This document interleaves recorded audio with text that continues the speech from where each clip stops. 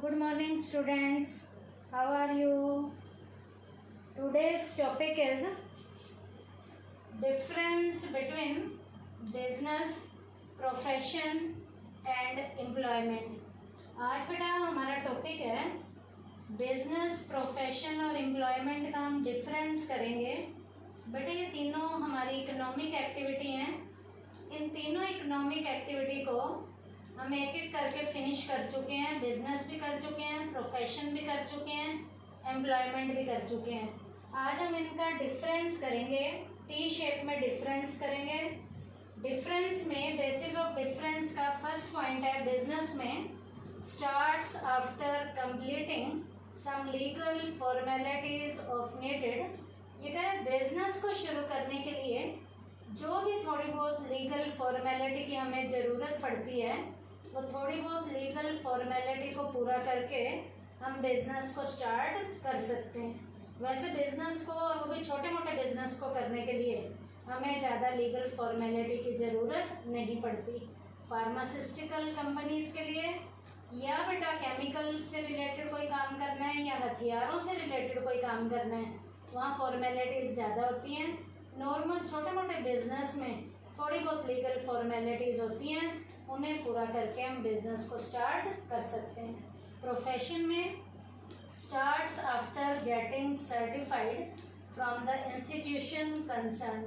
Profession में बेटा जिस भी हम प्रोफेशन में जा रहे हैं उस प्रोफेशन का हमारे पास, उस प्रोफेशन को शुरू करने का हमारे पास किसी न किसी इंस्टीट्यूशन का एक सर्टिफिकेट कंसर्न वाला होना चाहिए, तभी हम प्रोफेशन को शुरू कर सकते हैं।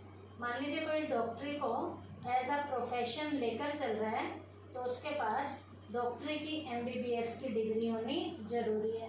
और कोई एज अ लॉयर काम करना शुरू कर रहा है एज अ प्रोफेशनल में, तो उसके पास लॉयर की जो डिग्री है, वकालत की जो डिग्री है, वो उसके पास LLB की डिग्री होनी चाहिए। एम्प्लॉयमेंट में क्या है? Start after getting appointment letter. But employment में हम किसी के पास जो रोजगार के रूप में काम कर सकते हैं, लेकिन सबसे पहले एम्प्लॉयमेंट में हमारे पास उस इंस्टीट्यूशन में काम करने का अपॉइंटमेंट का लेटर होना चाहिए। तो एम्प्लॉयमेंट में एम्प्लॉयमेंट को शुरू किया जाता है किसके बाद? अपॉइंटमेंट लेटर के मिलने के बाद। तो ये फर्स्ट पॉइंट था कमेंसमेंट। सेकंड पॉइंट है नेचर ऑफ वर्क। बिजनेस में production of things and services, माल को बनाने का काम किया जाता है, जिनमें गुड्स भी हो सकती हैं और सर्विसेज भी हो सकती हैं। उनके पहले प्रोडक्शन का काम होगा, फिर एंड बाइंग एंड सेलिंग। और बिजनेस में क्या होता है? बेचना और खरीदना। तो बिजनेस में क्या क्या है? बेचना और खरीदना और वस्तुओं और सेवाओं का प्रोडक्शन होता है। उसके बाद प्रोफेशन में personal services as a specialist, personal level की सर्विसेज इस बिजनेस में जो प्रोफेशन के रूप में हम कर रहे हैं होना चाहिए। क्या? पर्सनल लेवल की सर्विसेज होनी चाहिए एज अ स्पेशलिस्ट के रूप में। और एम्प्लॉयमेंट में क्या होना चाहिए बेटा? Work allotted by the employer according to the contract. मालिक ने अपने एम्प्लॉय को जो काम अलॉट किया है और किस कॉन्ट्रैक्ट के अकॉर्डिंग काम अलॉट किया है, तो काम की नेचर वो होगा क्या? Work allotted by the employer according to the contract. Employer ने एम्प्लॉय को जो काम अलॉट किया है कॉन्ट्रैक्ट के अकॉर्डिंग। उसके बाद है इन्वेस्टमेंट। बेसिस ऑफ डिफरेंस का पॉइंट है बिजनेस में capital is needed according to its nature and size. बेटा बिजनेस में कैपिटल बिजनेस की नेचर और साइज के अकॉर्डिंग होती है। बेटा यदि बिजनेस की नेचर मैन्युफैक्चरिंग नेचर है तो ज़्यादा पैसा चाहिए। बिजनेस की नेचर में यदि ट्रेडिंग लेवल का बिजनेस है तो कम पैसा चाहिए। साइज के हिसाब से कैसे चाहिए? बड़ा बिजनेस है तो पैसा ज़्यादा चाहिए, छोटा बिजनेस है तो पैसा कम चाहिए। तो बिजनेस में कैपिटल की ज़रूरत बिजनेस के नेचर और साइज के अकॉर्डिंग होगी। प्रोफेशन में generally a little capital is required. बेटा प्रोफेशन में थोड़ी कैपिटल की ज़रूरत होती है, ज़्यादा कैपिटल की ज़रूरत नहीं होती। एम्प्लॉयमेंट में there is no need of capital. Employment में बेटा सारा पैसा एम्प्लॉयर लगाता है, एम्प्लॉय को कैपिटल की ज़रूरत नहीं होती। एम्प्लॉयमेंट में एम्प्लॉय को कैपिटल की ज़रूरत नहीं होती। यहाँ कैपिटल की ज़रूरत किसे होती है? एम्प्लॉयर को होती है। उसके बाद रिस्क है बेटा, बिजनेस में it involves high risk. Business में हद से ज़्यादा रिस्क इन्वॉल्व होते हैं। प्रोफेशन में the degree of risk is low. Profession में बिजनेस के कंपैरिजन रिस्क जो है प्रोफेशन में लो होते हैं, कम होते हैं। एम्प्लॉयमेंट में there is no risk in it. Employment में किसी भी तरीके का एम्प्लॉय के लिए कोई भी रिस्क नहीं होता। उसके बाद है क्वालिफिकेशन। बिजनेस में there is no need of any formal qualification. Business में हमें किसी भी तरीके की फॉर्मल लेवल की क्वालिफिकेशन की ज़रूरत नहीं होती।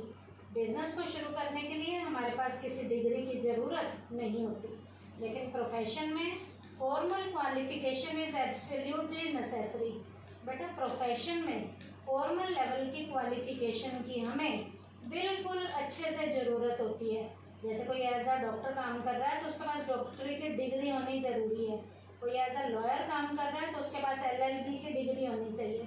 तो प्रोफेशन में formal qualification is absolutely necessary. और एम्प्लॉयमेंट में formal education is not necessary in case of every employment. बेटा हर एम्प्लॉयमेंट में फॉर्मल लेवल की एजुकेशन की ज़रूरत नहीं होती, लेकिन कुछ एम्प्लॉयमेंट में फॉर्मल लेवल की एजुकेशन की ज़रूरत पड़ती है। हर एक एम्प्लॉयमेंट में नहीं पड़ती, कुछ एम्प्लॉयमेंट में पड़ती है। उसके बाद है ऑब्जेक्टिव। बिजनेस का ऑब्जेक्टिव क्या है? To earn profit. प्रॉफिट कमाना बिजनेस का मेन मुद्दा है। प्रोफेशन में to earn profit through service. Profession में भी प्रॉफिट कमाना है, लेकिन प्रॉफिट के कमाते हुए साथ में सोसाइटी का वेलफेयर भी करना है, सोसाइटी को सर्विसेज भी देनी है। तो यहाँ पर सर्विसेज को देते हुए प्रॉफिट कमाया जाता है। किसमें? In profession. And in employment to earn income through salary और वेजेस। एम्प्लॉयमेंट में जो भी हमारे पास इनकम आती है, या तो वो सैलरी के जरिए आती है या वेजेस के जरिए आती है। मेंटली वर्क जो एम्प्लॉय काम करते हैं उन्हें सैलरी मिलती है, और जो फिजिकल वर्क करते हैं as a labour class category उन्हें क्या दी जाती है? वेजेस दी जाती है। तो एम्प्लॉयमेंट में इनकम जो अर्न होगी वो किसके थ्रू होगी? या तो सैलरी के थ्रू या वेजेस के थ्रू। उसके बाद है ट्रांसफर ऑफ इंटरेस्ट। बिजनेस में a businessman can transfer his interest. एक बिजनेसमैन अपने इंटरेस्ट को ट्रांसफर कर सकता है। बिजनेसमैन अपने इंटरेस्ट को दूसरों पर ट्रांसफर कर सकता है, लेकिन जो एक प्रोफेशनल है can not transfer his interest. वो अपने इंटरेस्ट को किसी भी दूसरे पर ट्रांसफर नहीं कर सकता। मान लीजिए किसी डॉक्टर ने इलाज करना है तो वो खुद ही करेगा, किसी दूसरे पे वो इंटरेस्ट को ट्रांसफर नहीं करेगा। उसके बाद जो एम्प्लॉयमेंट है, an employee also can not transfer his interest. एक एम्प्लॉय भी अपने इंटरेस्ट को ट्रांसफर नहीं कर सकता। जिसे वो काम करने के लिए दिया गया है वही काम करेगा। एम्प्लॉय अपने इंटरेस्ट को दूसरों के कंधों पर ट्रांसफर नहीं कर सकता। तो यहाँ पर क्या था? बिजनेसमैन अपने इंटरेस्ट को ट्रांसफर कर सकता है, प्रोफेशनल नहीं कर सकता, और एम्प्लॉय भी अपने इंटरेस्ट को ट्रांसफर नहीं कर सकता। उसके बाद है टेस्ट ऑफ एफिशिएंसी। हमें कैसे पता चलेगा कि इनमें एफिशिएंट तरीके से काम हो रहा है या नहीं हो रहा? बिजनेस में पता चलेगा प्रॉफिट अर्न के थ्रू कि हमें प्रॉफिट हो रहा है, तो हमें अपने आप पता चल जाएगा बिजनेस एफिशिएंट तरीके से हो रहा है। और यदि प्रोफेशन की एफिशिएंसी देखनी है तो कैसे पता चलेगा? Quality of service provided. Professional हमें कैसी क्वालिटी की सर्विसेज प्रोवाइड करा रहे हैं? अच्छी क्वालिटी की सर्विसेज प्रोवाइड करा रहे हैं तो वो एफिशिएंट है। घटिया क्वालिटी की सर्विसेज प्रोवाइड करा रहे हैं तो वो एफिशिएंट नहीं है। तो प्रोफेशन में किससे पता चलता है? क्वालिटी ऑफ सर्विस प्रोवाइडेड से पता चलता है। एम्प्लॉयमेंट में किससे पता चलता है? Dedication to the job. एक एम्प्लॉय अपनी जॉब के प्रति कितना डेडिकेट है? डेडिकेट है इट मीन्स वो एफिशिएंट है यदि डेडिकेशन नहीं है इट मीन्स वो एम्प्लॉय एफिशिएंट नहीं है। उसके बाद लास्ट पॉइंट है बेसिस ऑफ डिफरेंस में कोड ऑफ कंडक्ट।